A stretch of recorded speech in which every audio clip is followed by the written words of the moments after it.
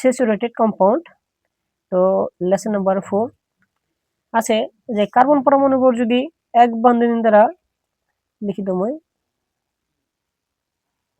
Carbon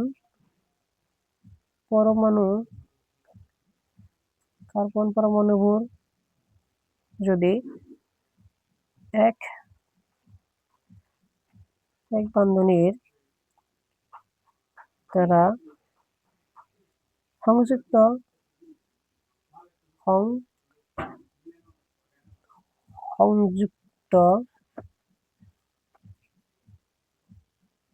হই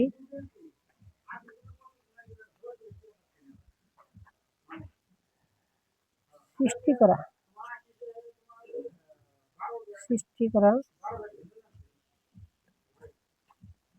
যৌগ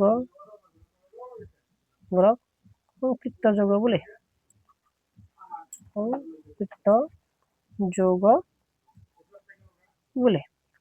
ইয়াতে তোমালোকে জানিবা সংপৃক্ত মানে স্যাচুৰেটেড এক বন্ধনী থাকিব লাগিব, যেনেকুৱা ইথেন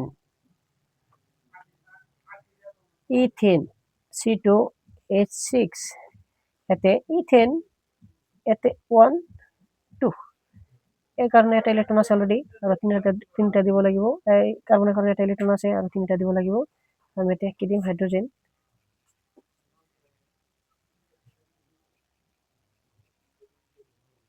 তাহলে এই এক বন্ধনীটা যোজিত হৈছে না নাই, সেইকাৰণে আমি এক কি বুলি ক'ব পাৰো সংপৃক্ত। That means saturated.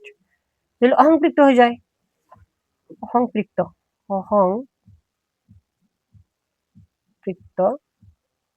যৌগ আনস্যাচুরেটেড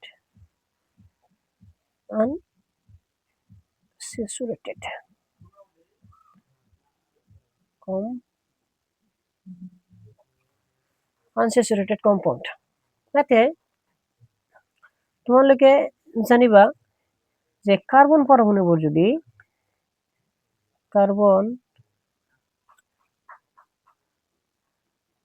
পরমাণু যদি দ্বিবন্ধনী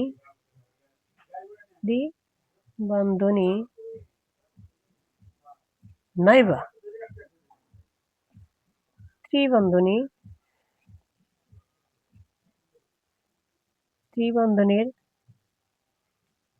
দ্বারা সংযুক্ত হয়ে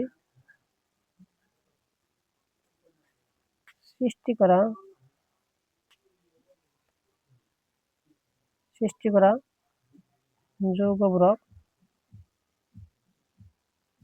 অসংপৃক্ত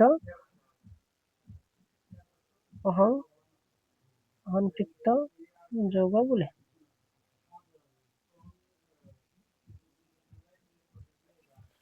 ইজি এক্সাম্পল YX ইয়াতে ইথিন চাবা ইথিন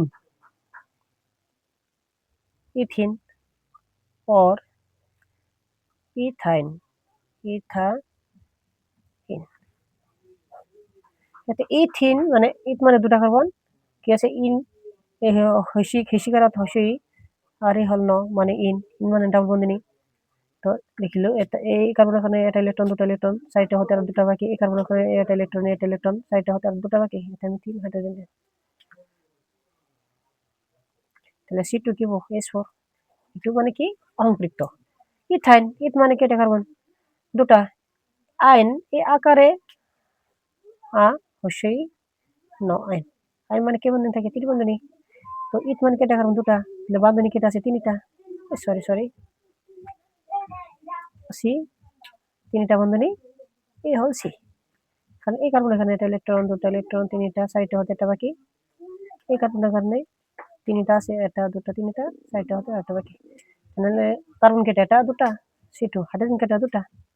এইবিলাক এনেকুৱা যদি থাকে তেনেহলে তোমালোকে ভাবিবা যেটো কি অসংপৃক্ত hydrocarbon unsaturated hydrocarbon. Thank you.